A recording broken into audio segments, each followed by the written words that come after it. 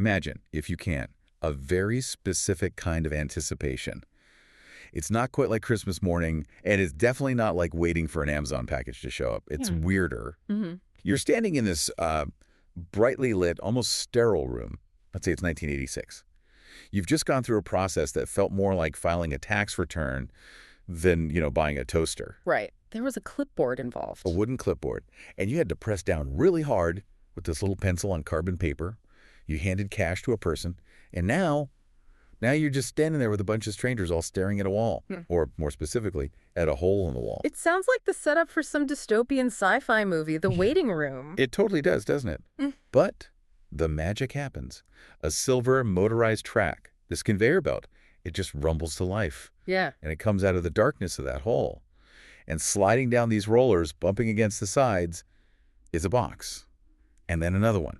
And another. And you're just scanning them, looking for your number, until finally, yes, there it is. Your Sony Walkman. Or your blender. Your diamond tennis bracelet. Yes. The merchandise pickup area. The merchandise pickup area. That phrase is a time machine for a certain generation. It really is. If those words trigger a memory for you, the hum of the motor, the clack of the rollers, maybe the smell of, floor wax and ozone, then you know exactly where we're going today. Wow. We are talking about service merchandise. A name that was once, absolutely ubiquitous in American retail, and now it's effectively a ghost, a memory. But here's the thing. We're not just here to get nostalgic about conveyor belts. Although, let's be honest, we are definitely going to talk a lot more about the conveyor belts. Of course. We're here to do a deep dive into the business of service merchandise. Because when you strip away all that childhood memory, you're left with a company that was generating $4 billion in annual sales. $4 billion, and that's a massive number, especially when you adjust it for inflation in the context of the time. This wasn't some quirky mom-and-pop shop that, got lucky. This was a titan of retail. Exactly. And the mission for this deep dive is to answer what feels like a really confusing question.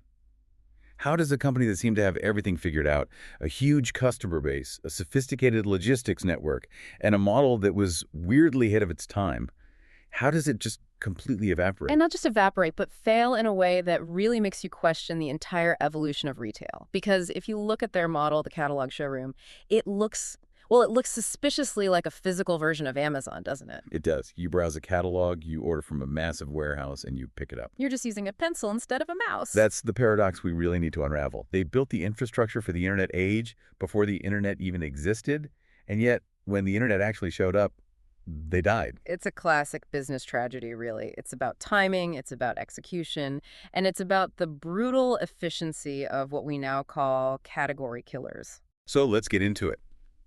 The rise, the billions, the clipboards, and the fall of service merchandise. But to understand how it died, we have to understand how it was born. And this story doesn't start in a suburban mall in the 1980s. It starts way, way further back. Much further back. We need to go all the way back to the Great Depression. 1934. Right. Pulaski, Tennessee. This is where we meet the founders, Harry and Mary Zimmerman. And it's so crucial to understand that in 1934, the retail landscape was, it's just unrecognizable compared to what we know today. There's no Walmart, no Target, no Best Buy. Nothing like that. You had your local general stores, you had big department stores in the major cities, and you had five and dimes. And that's where the Zimmerman started, with a five and dime store. And for anyone who might not know the term, a five and dime is basically the original dollar store, right? In spirit, absolutely yes. It's all about high volume, low margin, small goods. Woolworths was the giant in that space, but just think about it. Starting a retail business in 1934, that takes a specific kind of grit. Oh, the economy is in absolute shambles. Disposable income is practically non-existent for most people. So Harry and Mary are basically learning how to do retail on the hardest possible difficulty setting. Exactly. And that experience, I think, it shapes the DNA of the company for its entire lifespan. They learn that value, pure, undeniable price competitiveness is the only thing that really matters when people are broke. You can't win on customer experience or luxury during the Depression. You win on price, period. So after the five and dime, they eventually move into the wholesale business. And I feel like wholesale is a term we all know, but what did that actually mean for them back in, say, the 40s and 50s. So wholesale is that layer between the manufacturer and the actual retailer. You're the middleman. You buy, say, 10,000 toasters from the factory in one giant lot, and then you sell 10 toasters at a time to 1,000 different small shops. Okay, so it's a volume game. Totally a volume game. The margins are paper thin, but the volume is enormous. The Zimmermans basically became experts in logistics, in just moving massive quantities of goods efficiently. But then we get to the pivot. The moment the timeline splits and the company we remember is born. 1960. 1960, the year everything changes for them. They decide to leave the pure wholesale business behind and try this new hybrid experiment. They open a store and they call it Service Merchandise, Inc. And the location here is important too. Very important. 309 Broadway, right in downtown Nashville, Tennessee. This wasn't some new suburban strip mall. This was a downtown storefront. Correct. And this is the birth of the catalog showroom. Now, we really need to pause here and deconstruct this business model because it is the engine of their incredible success, but it's also, weirdly, the seed of their eventual destruction. It is such a weird model. I Yeah. mean, in a normal store, you walk in, you see the thing you want, you grab it, you go to the register, and you buy it. Simple. In a catalog showroom, you walk in, you see a sample of the thing, and then you have to, fill out a form to ask for the real thing. Yeah. Why? Why would you add all that friction to the shopping process? Yeah. Well, there are two big reasons. One is about marketing psychology, and the other one is about cold, hard economics. And the economic reason is the most important one, shrinkage. Shrinkage. The polite retail euphemism for theft. For theft, absolutely. But also damage, lost items, administrative errors. But yeah, mostly theft. In a standard retail environment, think of a modern department store or even a Best Buy today. All your inventory is just sitting out in the open. It's vulnerable. It's incredibly vulnerable. Anyone with a big coat and, bad intentions can just walk out with your profit margins stuffed in their pocket. And service merchandise is bread and butter, things like electronics and jewelry. Those are high-value, small-size items. They are perfect for shoplifting. Exactly. You can fit a lot of diamond rings or a Walkman in a pocket. By keeping almost all of your actual inventory in a secure stockroom behind a big wall, you effectively reduce customer theft to zero. Huh. The only people who can really steal from you at that point are your own employees. So the showroom model is basically a fortress disguised as a store. It's a bank vault for blenders and VCRs. And that simple fact lets you lower your insurance costs, it lowers your shrink allowance in your budget, and you can pass all of those savings on to the customer in the form of lower prices. That was the core value proposition. Okay, that makes total sense. But what about the marketing psychology part you mentioned? Right. Because all the inventory was in the back, it created this feeling that you were buying wholesale. It felt like you were getting a special deal that normal retail shoppers couldn't get. Like you were in on a secret. Exactly. You weren't paying for a fancy display or a big, beautiful sales floor. You were buying direct from the warehouse. It felt smarter. It felt more efficient. Even the name service merchandise sounds so utilitarian. It doesn't sound like a fun place to shop. It sounds like a logistics company. And that was part of the charm. It was a signal. It said, we don't waste money on frills, so you save money. It was a very powerful message, especially to the frugal shoppers of that era. Okay, let's walk through the actual ritual of shopping there. Because for anyone listening who never experienced this, it is genuinely hard to describe just how bureaucratic it all felt. It wasn't really shopping in the modern sense. It felt more like processing. It was an administrative task that you performed. So, step one, the tools. You walk in the door, you don't get a shopping cart, you get a clipboard. A heavy wooden clipboard and an order form with carbon paper and a tiny little golf pencil with no erasure. I want to focus on that clipboard for a second. Psychologically, what does giving a customer a clipboard instead of a cart do to them?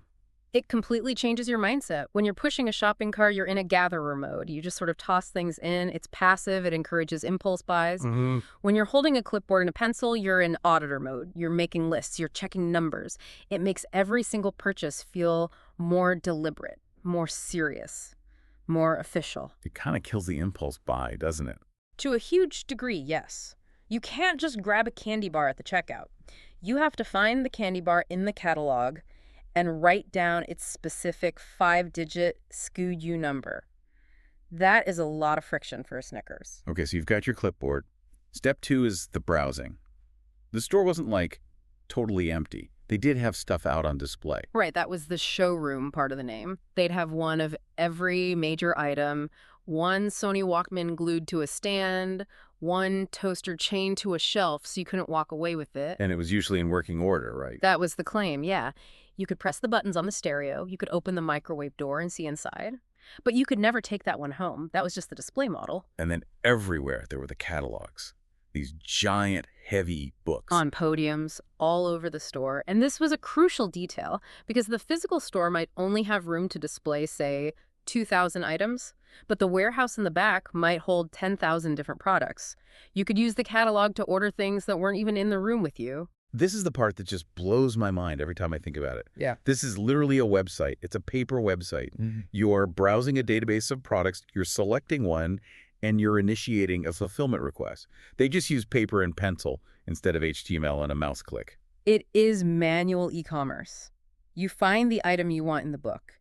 You find the code. And you had to be so accurate with that code. If you wrote down a 6 instead of an 8, you were going home with a curling iron instead of the power drill you wanted. I'm sure that happened all the time. Well, Okay, so step 3, the order. You've filled out your form, you take your clipboard up to a clerk. the human interface. The clerk takes your sheet and types all those numbers into a computer terminal.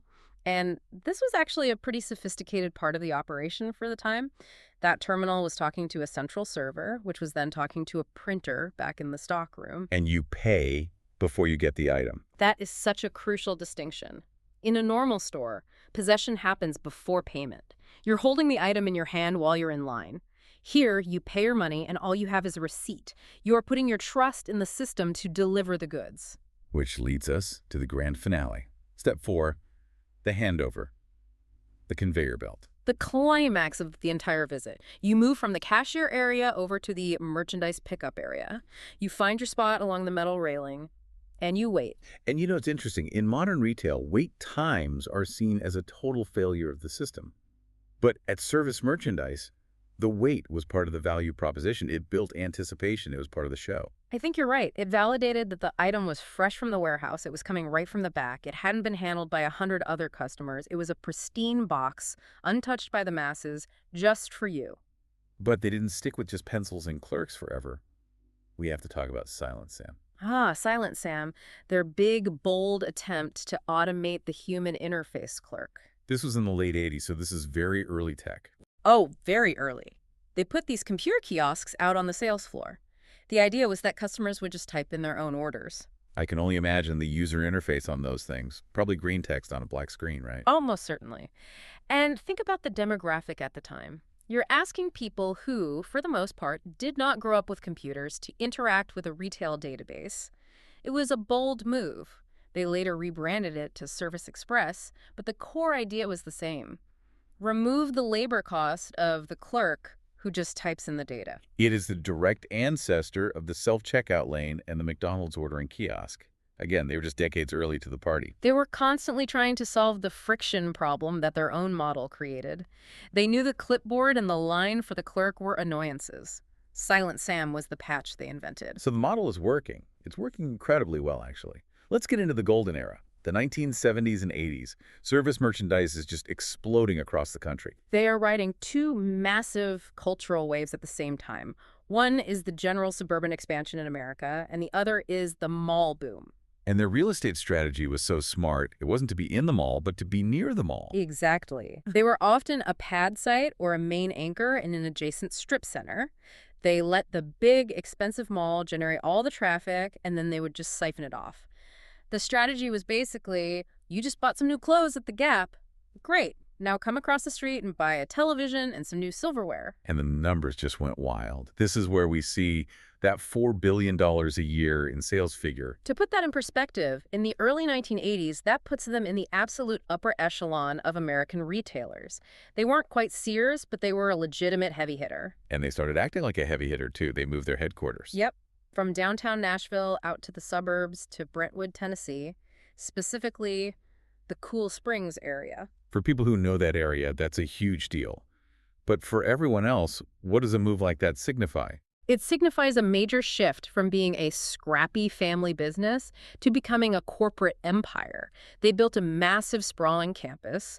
They were one of the very first big businesses to develop that area. Yeah. It showed they had capital to burn and that they were planning for, seemingly infinite growth. And with that growth came a hunger for more. they started buying up their competitors. The acquisition of H.J. Wilson Co. in May of 1985 is the really big one, Wilson's. For around $200 million.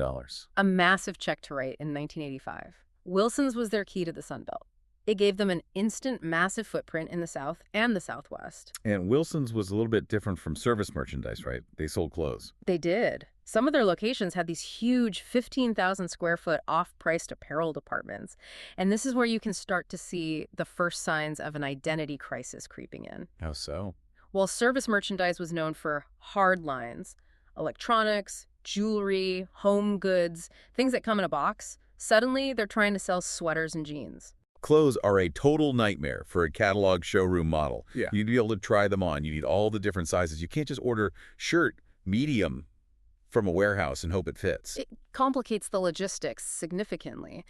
But they were just so hungry for growth. They also bought up jewelry chains like Zim's Jewelers and all these little specialty stores like the lingerie store and the toy store. And we can't forget Mr. Howe Warehouse. Which was their attempt at a home improvement concept. They were trying to be the Home Depot before the Home Depot completely took over that space. They were really just throwing spaghetti at the wall to see what would stick. But for the general public, the face of the company wasn't all these acquisitions. It was the game shows. This was their absolute masterstroke of marketing in the 80s. Wheel of Fortune. The Price is Right. Oh man, I can still hear the announcer's voice in my head. A fabulous diamond necklace with a retail value of $3,000. Provided by Service Merchandise. Think about what that does for your brand. These shows were watched by tens of millions of people every single day. And they weren't just showing a logo, they were associating the products and the store with winning, with luxury, with the ultimate prize you could take home. It totally elevated them above a place like Walmart. You don't win a Walmart gift card on Wheel of Fortune. You win a Service Merchandise prize package. Yeah. It sounded so much more glamorous. It created this prestige halo around what was, at the end of the day, a discount warehouse operation. It was truly brilliant marketing. So they're on top of the world. They're rich, they're famous, they're everywhere. But, and there's always but, they weren't blind. They knew the world was changing. And this brings us to the whole innovation and experiments part of their story. Because I think people assume Service Merchandise died just because they were old-fashioned. But they were actually doing some really wild, forward-thinking stuff. They were. They were almost desperate to modernize their own model. And the most fascinating experiment to me has to be the drive-thru. A drive-thru for a department store. In the mid-1980s, they tested this concept at locations near Chicago and Nashville. How did that even work? You'd pull up to a window and order a television? Essentially, yes. You would phone in your order ahead of time using the catalog numbers, of course. Then you'd drive to the store, pull into a dedicated lane, and an employee would bring the box out and load it into your trunk. Stop me if I'm crazy, but that is curbside pickup. That is literally the thing that saved Target and Best Buy during the pandemic. It is exactly that. They invented it 35 years too early. So why didn't it work? If it's such a genius idea now, why was it a flop back then? A combination of technology and culture, I think. First, phoning in an order is high friction. You have to find the number, talk to a human, read a bunch of long codes, and hope they get it right. There's no app where you can just tap, "I'm here." Right. Second, the consumer just wasn't trained for it yet. In the 80s, going shopping was a leisure activity. You wanted to go into the store and browse. The idea of contactless pickup wasn't a selling point. It was just plain weird. So they were solving a problem that people didn't know they had yet. Precisely. And then, of course, there's the big one, the internet. The 90s, the dot-com boom. And here's the thing a lot of people forget. Service Merchandise was actually one of the first major retailers to launch a functional e-commerce website. Yeah, the source material says they were generating tens of millions in sales online pretty early on. In the mid to late 90s, that is a legitimate, significant revenue stream. They weren't ignoring the web at all. They embraced it. And this makes so much sense. Their entire back end was already set up for this kind of thing. Yeah. They had the item codes, the central warehouses, the shipping logistics. They were uniquely positioned to be the Amazon of the 1990s. On paper, they should have won the whole game. They already had the physical distribution network that a company like Amazon had to spend billions to build from scratch. They had the vendor relationships. They had decades of brand trust. So why aren't we all ordering our toilet paper from servicemerchandise.com today? What went wrong? It's a classic case of the innovator's dilemma.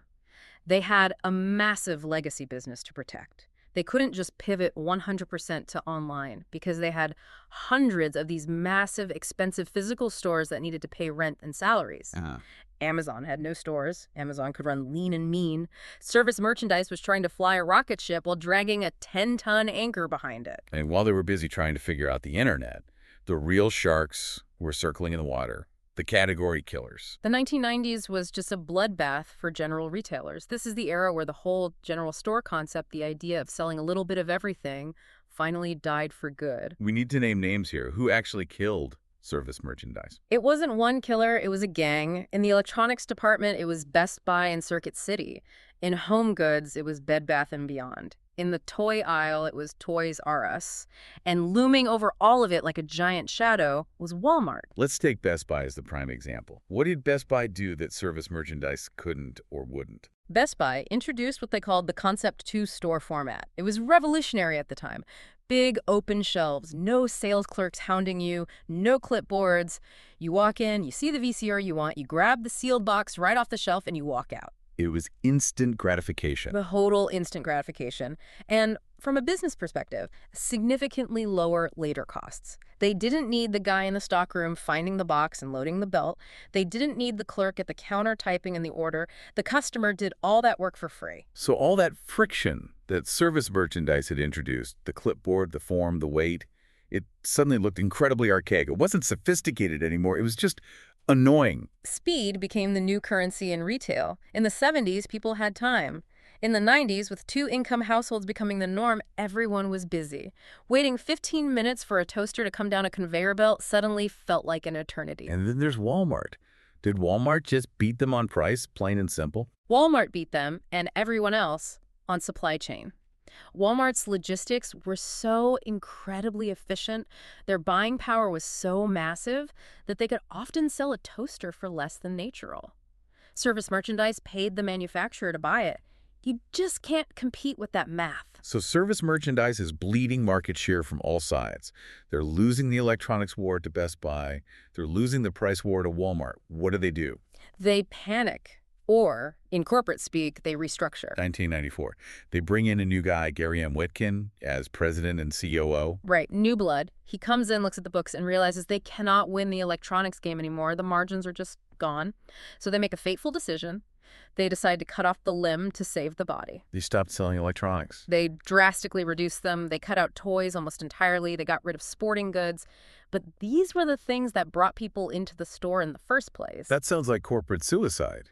If you stop selling all the cool stuff, why would anyone bother to come in? Their logic was, we can't make any money on TVs anymore because the margins are too thin, so let's double down and focus on our high-margin items. Jewelry, gifts, home decor. They tried to turn a utilitarian warehouse into a fancy jewelry box. Exactly, but you don't go to a store with a conveyor belt and a clipboard to buy a high-end engagement ring. The brand identity was completely at odds with the new product focus. The vibe was all wrong. And the stores started to close. They shed locations left and right. They downsized the stores that remained open. They were desperately trying to shrink their way back to profitability. But in retail, once you start shrinking, it's almost always a death spiral. Which leads us to the grim reality of the end game, 1999. March 15th, 1999, a date that lives in infamy for the company. They are hit with an involuntary Chapter 11 bankruptcy petition.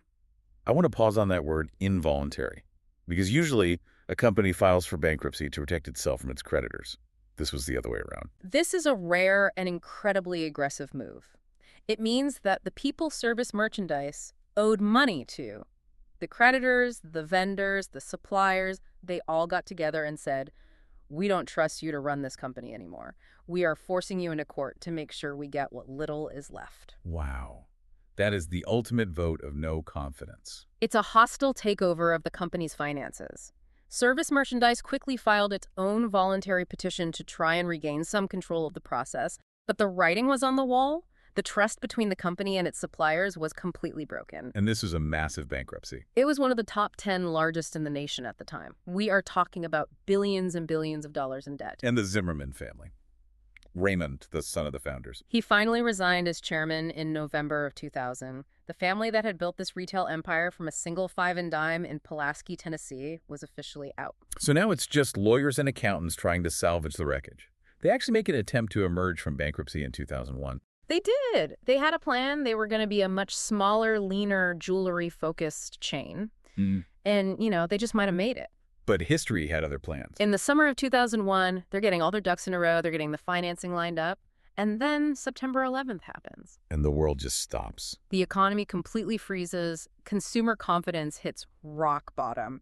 For a retailer that was already in the ICU on life support, this was the equivalent of the plug being pulled. There was absolutely no way to raise the capital they needed in that economic environment. So January 2002, it's officially over. Liquidation, the end of the line. And the stock price. Worth less than 1 cent per share. It's just staggering to think about. Billions in value, decades of history just erased. And it wasn't just them. This is the key context that I think people miss. Brendel's, best products, Sterling Jewelry, McDade's, all of the other major catalog showrooms died around the exact same time. So it wasn't just that service merchandise was badly run in the end. It was an extinction-level event for the entire species. The retail environment changed, and that specific organism couldn't adapt. The catalog showroom model was an evolutionary dead end. Before we wrap this all up, I do want to touch on the human side of this for a moment. Because for all the talk of stock prices and conveyor belts, this was a company that actually meant a lot to its community. Absolutely. And you have to talk about their work with the Muscular Dystrophy Association. If you grew up watching the Jerry Lewis telethon on Labor Day weekend, you saw Raymond Zimmerman. Every single year, he would come out on stage with one of those giant checks. Service Merchandise was one of the MDA's biggest corporate sponsors. They raised millions upon millions of dollars through their stores and their customers. It's just a good reminder that these giant corporations, they're made of people. And when they collapse, it's not just a logo that disappears from a building. It's thousands of jobs. It's millions in charitable giving. It's a real hole in the community. It is. Nashville lost a major corporate pillar when they went under. So here we are. 2002 is long gone. The old stores have all been turned into Best Buys or gyms or seasonal Halloween pop-up shops. But the legacy is, well, it's complicated. It really is. I want to go back to that central irony we touched on at the very beginning, the big what if. The Amazon parallel. We established that Service Merchandise had the warehouses. They had the catalog system. They had a customer base that was already trained in the order and wait mentality. They even had an early functioning website generating real sales. They had all the ingredients in the kitchen. So why couldn't they have just, I don't know, closed the stores and gone all in on the website? That is the multi-billion-dollar question, isn't it? If they had been brave enough or maybe just desperate enough in, say, 1998 to stand up and say, we are closing every single showroom, we're firing the clerks, we are keeping the warehouses in the name, we are now servicemerchandise.com, an online-only retailer. Could they have actually become Amazon? They had a huge head start. Amazon was famously struggling with logistics and profitability in the late 90s. Service Merchandise had mastered logistics back in the 70s. If they had pivoted to a pure-play e-commerce model using their existing nationwide supply chain, it's not impossible to imagine a world where they succeeded. But they were tied to the real estate, tied to the old way of doing things. They were in love with the building. They were in love with the conveyor belt. And that's the trap so many old companies fall into. They thought they were in the showroom business, but they should have realized much sooner that they were actually in the fulfillment business. That is a really profound distinction, knowing what business you are actually in. It's the lesson for every legacy company. Kodak thought they were in the film business, but they were actually in the memory business. Service Merchandise thought they were in the store business, but they were really in the logistics business. And because they clung so tightly to the store, they ended up losing everything. They protected the past at the direct expense of the future. That is a heavy thought to leave this on. The next time you click Buy Now on Amazon and you see that little progress bar on your order moving from processing to shipping, just take a second and remember, you are looking at the ghost of the Service Merchandise conveyor belt, digitized and perfected for the 21st century. The belt never stopped rolling. It just moved to the cloud.